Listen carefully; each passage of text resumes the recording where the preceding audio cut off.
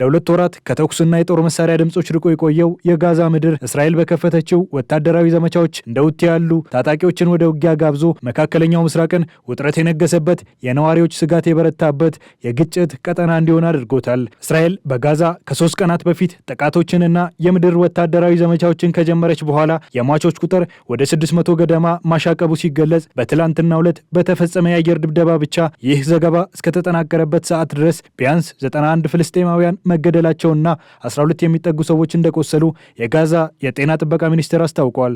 በቀጠናው ከሁለት ወራት አንጻራዊ መረጋጋት በኋላ እስራኤል የተኩስ አቁም ስምምነቱን በመጣስ በጋዛ ዋናው የፍልስጤም ታጣቂ ቡድን ሐማስ ላይ እየወሰደችው ባለችው የአየርና የምድር ወታደራዊ ዘመቻ የጋዛ ነዋሪዎች እንደገና ሕይወታቸውን ለማዳን እየሸሹ እንደሆነ ታይቷል። እስራኤል ከፈጸመችው የምሽቱ ጥቃት በኋላ ሐማስ ለመጀመሪያ ጊዜ ወደ እስራኤል ምድር 3 ሮኬቶችን መተኮሱ ተነግሯል።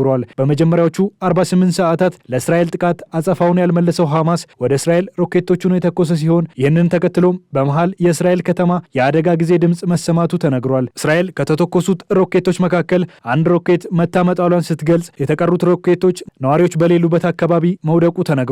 እስራኤል በጋዛ የምታደርገውን ወታደራዊ ዘመቻ ስትቀጥል በጋዛ ባለፉት 3 ቀናት ብቻ በደረሰው ጥቃት 592 ሰዎች መሞታቸውን በጋዛ የጤና ጥበቃ ሚኒስቴር የሪከርድ ዲፓርትመንት ኃላፊ የሆኑት ዛህር አልዋሂዲ መናገራቸውን ቢቢሲ ዘግቧል። የእስራኤል ወታደራዊ አውሮፕላኖች በሰሜናዊ ጋዛ የሚገኙ ነዋሪዎች ከቤተ ላህያና የቤተ ሃኖን ከተሞች እንዲሁም በደቡብ ካን ዩኒስ ምስራቃዊ ዳርቻ ካሉ ከተሞች እንዲወጡ በማዘዝ በመኖሪያ ሰፈሮች ላይ በራሪ ወረቀቶችን እያሰራጩ እንደሆነ ተገልጿል። ታንኮች ወደ ማዕከላዊ ጋዛ ከተላኩ ከአንድ ቀን በኋላ የእስራኤል ጦር ሐሙስ ዕለት በቤተ ላህያ የባህር ዳርቻ መስመር ላይ በርካታ ሰዎች በሚኖሩበት ሰሜናዊ ክፍል የምድር ወታደራዊ ዘመቻውን መጀመሩ ተገልጿል። በተጨማሪም የእስራኤል ጦር በግብፅ ድንበር ላይ በምትገኘው የጋዛ ደቡባዊ ቦታ ራፋ ሻቦራ አካባቢ ላይ የምድር ወታደራዊ ዘመቻ መጀመሩን አስታውቋል። ጦርነቱ መካከለኛው ምስራቅን የጦር ቀጠና ሊያደርገው እንደሚችል እየተነገረ ሲሆን ለመላው የጋዛ ነዋሪ ሞትና መፈናቀልን ይዞ እየመጣ እንደሆነ እየተነገረ ነው። ከጋዛ ሸጃያ ሸሽቶ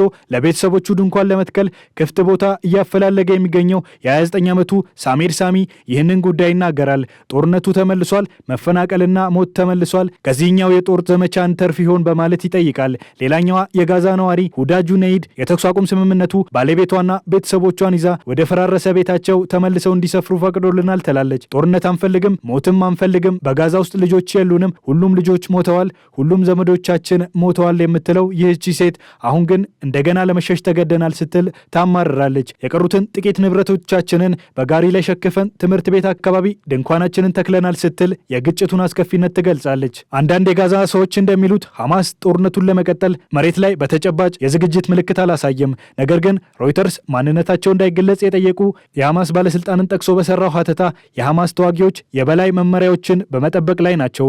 ይህንን ተከትሎም ተዋጊዎቹ የሞባይል ስልኮችን መጠቀም እንዲያቆሙም ተነግሯቸዋል።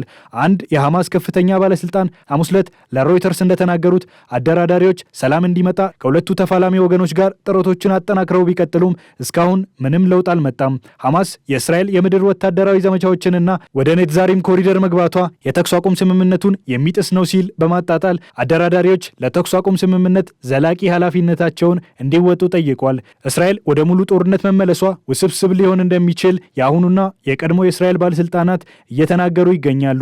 ጦርነቱን ለማካሄድ የህዝብ ድጋፍ እየቀነሰና ተጠባባቂ ወታደሮች እየቀነሱ ነው የሚሉት ተንታኞች ይህም ለእስራኤል ውስብስብ እንደሆነ ገልጸዋል። እንደ አውሮፓውያን አቆጣጠር በ2023 በሐማስ የሚመሩ ታጣቂዎች በእስራኤል ላይ ጥቃት ሲሰነዝሩ ተጠባባቂ ወታደሮች ወደ ወታደራዊ ካምፖች በፈቃደኝነት ሄደዋል። ነገር ግን ከወራት ቆይታ በኋላ የተወሰኑት ወደ ጋዛ ለመመለስና ለመዋጋት ፈቃደኞች አይደሉም ሲሉ 6 ተጠባባቂ ወታደሮች ለሮይተርስ ተናግረዋል።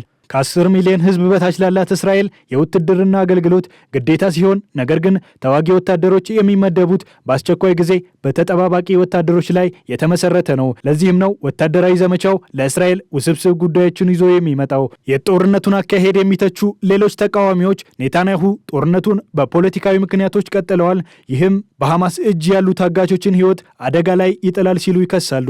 የእስራኤሉ ጠቅላይ ሚኒስትር ኔታንያሁ ጦርነቱን በይፋ መጀመራቸውን ተከትሎ ጦርነቱ ጦርነቱን የሚቃወሙ ሰዎች ድምፃቸውን እያሰሙባቸው ይገኛሉ። 10,000 ገደማ የሚጠጉ ተቃዋሚዎች በሀገሪቱ የፓርላማ ቢሮ ፊት ለፊት መጥተው ባሰሙት ድምፅ ኔታንያሁ ጦርነቱን የጀመሩት ፖለቲካዊ ግባቸውን ለማሳካትና በስልጣን ለመቀጠል ነው፣ በጋዛ የታገቱ እስራኤላውያን ሕይወት አደጋ ላይ ጥለዋል ሲሉ ይተቻሉ። ሪናት ሃዳሺ የተባለች የ59 ዓመት እስራኤላዊ መንግስታችን አምባገነን እንዳይሆን እየፈራን ነው ስትል ትናገራለች። መንግስት በሐማስ የታገቱ ቤተሰቦቻችንን እየተወ ነው፣ መንግስት አስፈላጊ ነው የሚባለውን ነገር ሁሉ እየተወ ነው ስትል የኔታንያሁን የጦርነት ሀሳብ ተቃውማለች። ከ2011 እስከ 2013 የቤንያሚን ኔታንያሁ የብሔራዊ ደህንነት አማካሪ የነበሩት የጦር ጀነራል ያዕቆብ አድሚሮር በአንዲት ዴሞክራሲያዊ ሀገር ጦርነት ቅቡል እንዲሆን ህጋዊና ህዝባዊ አመኔታን ማግኘት አስፈላጊ እንደሆነ ይገልጻሉ። ጥያቄው ውሳኔ ሰጪዎች ምን ያህል ህጋዊነትንና ቅቡልነትን መሰረት አድርገው ይሰራሉ የሚለው ነው የሚሉት እኚህ ጀነራል ጦርነቱን በይፋ የጀመረውን የእስራኤል ውሳኔ በጥርጣሬ ይመለከቱታል። ቤንያሚን ኔታንያሁ ግን የተቃዋሚዎችን ሀሳብ አይቀበሉትም። በጋዛ የጀመርነው ዘመቻ በሐማስ የታገቱብንን 59 ዜጎች ለማስመለስ ነው። ይህ ትችት አሳፋሪ ነው ሲሉ አጣጥለውታል። ይህ ጦርነት መጀመሩ ለኔታንያሁ ሁለት ተቃራኒ ነገሮችን አምጥቶላቸዋል። ከ2 ወራት በፊት የተኩስ አቁም ሲያደርጉ ያወገዟቸውና ጥምር መንግስታቸውን ጥለው የወጡት የሀገሪቱ የብሔራዊ ደህንነት ሚኒስትር የነበሩት ኢታማር ቤንጊቪር ወደ ድጋፋቸው ተመልሰዋል። ቤንጊቪር ከጥምር መንግስቱ የወጡ ጊዜ ኔታንያሁ በምክር ቤቱ የነበራቸውን አብላጫ መቀመጫ እንዲያጡት አድርጎ ቆይተዋል። በቅርቡ ከህዝብ በተሰበሰበ አስተያየት በእስራኤል ያሉ በርካታ ሰዎች የሐማስና እስራኤል ድርድር እንዲቀጥል የሚፈልጉ መሆኑ ሲነገር፣ የተቀሩት ታጋቾች ልውውጥ እንዲደረግና የእስራኤል ጦር ከጋዛ እንዲወጣ የሚፈልጉ እንደሆኑ ሮይተርስ ዘግበዋል። ለዚህም ይመስላል በሺዎች የሚቆጠሩ እስራኤላውያን ተቃውሟቸውን እያሰሙ የሚገኙት። 3 የእስራኤል መከላከያ ሚኒስቴር ከፍተኛ ባለስልጣናት እንደተናገሩት ቤንያሚን ኔታንያሁ ያስጀመሩት ይህ የጦር ዘመቻ ሐማስን ምርጫ በማሳጣት ወደ ድርድር ጠረጴዛ ለማምጣት ያለመ ነው። ከዛ ባለፈም የተኩስ አቁም እንዲራዘም ሐማስ በቁጥጥሩ ስር ያደረጋቸውን ታጋቾች እንዲለቅ ለማድረግ ያለመ እንደሆነ ባለስልጣናቱ የሚናገሩት ጉዳይ ነው። የእስራኤል ጦር ቃል አቀባይ የሆኑት ሌተናል ኮሎኔል ናዳቭ ቮላኒ የተጀመረው ዘመቻ የሐማስን የጀርባ አጥንት ይሰብራል፣ ወታደራዊ ጥቃቶችን እንዳይደርስ ያደርጋል ያሉ ሲሆን በወታደራዊ ዘመቻዎች ወይም በፖለቲካዊ ንግግር ታጋቾች እንዲለቀቁ ግፊት እንደሚያደርግ ተናግረዋል። ሁሉም አማራጮች በድርድር ጠረጴዛው ላይ እንደሚገኙም ገልጸዋል። ሉቺያኖ ዛካራ የተባሉ የኳታር ዩኒቨርሲቲ ፕሮፌሰር ይህንን አስመልክተው ተቃራኒውን ይናገራሉ። እስራኤል በጥቃቱ 2 መሰረታዊ ኢላማዎችን ለማሳካት እየጣረች እንደሆነ የሚገልጹት ፕሮፌሰሩ አንድም እስራኤል በጋዛ የሚገኘውን ሐማስን ለማጥፋትና ዳግም እንዳያንሰራራ ለማድረግ፣ ሁለትም የጋዛ ምድር ለመቆጣጠር ኢላማ ነው ሲሉ የእስራኤልን ሀሳብ ያስረዳሉ። እስራኤልና ሐማስ ጦርነቱን በማስጀመር ረገድ እርስ በእርስ እየተወነጃጀሉ ነው። የእስራኤልና ሐማስ የተኩስ አቁም የመጀመሪያ ምዕራፍ በዚህ ወር መጀመሪያ ላይ ቢያበቃም ሐማስ ወደ ስምምነቱ ሁለተኛ ምዕራፍ መሸጋገር እንደሚፈልግና እስራኤል ጦርነቱን በማቆም ወታደሮቿን ከጋዛ ማስወጣት አለባት የሚል አቋም ይዟል። እስራኤል በበኩሏ ያቀረበችው የመጀመሪያ ዙር የተኩስ አቁም ስምምነት እንዲራዘምና በሐማስ ታግተው ያሉ እስራኤላውያን እንዲለቀቁ ትፈልጋለች። ለዛም ነው ሐማስ ላይ ጫና ለመፍጠር ለጋዛ የሚቀርበውን እርዳታ ካገደች በኋላ የቀሩትን ታጋቾች አስለቅቃለሁ ብላ ወታደራዊ ዘመቻዋን እንደገና የጀመረችው። የየመን ሁቲ ኃይሎች በጋዛ ላሉ ፍልስጤማውያን ድጋፍ ሲሉ ሮኬቶችን ወደ እስራኤል መተኮሳቸው ሲነገር፣ በኢራን የሚደገፉት አማጺዎቹ ወደ እስራኤል የተኮሱት ባሊስቲክ ሚሳኤል ነው። ይሁን እንጂ በጥቃቱ በሰው ሕይወት ላይ ስለደረሰ ጉዳት የተባለ ነገር የለም። በጋዛ የተከፈተው ዘመቻ የየመን ሁቲ ኃይሎችን ወደ ጦርነቱ ጋብዞ ለበርካታ ሰዎች መፈናቀልና ሞት ምክንያት ሆኖ እስራኤል ከ1948 በኋላ ካደረገችው የነጻነት ጦርነት በኋላ ረዥሙ ሆኖ ቀጥሏል።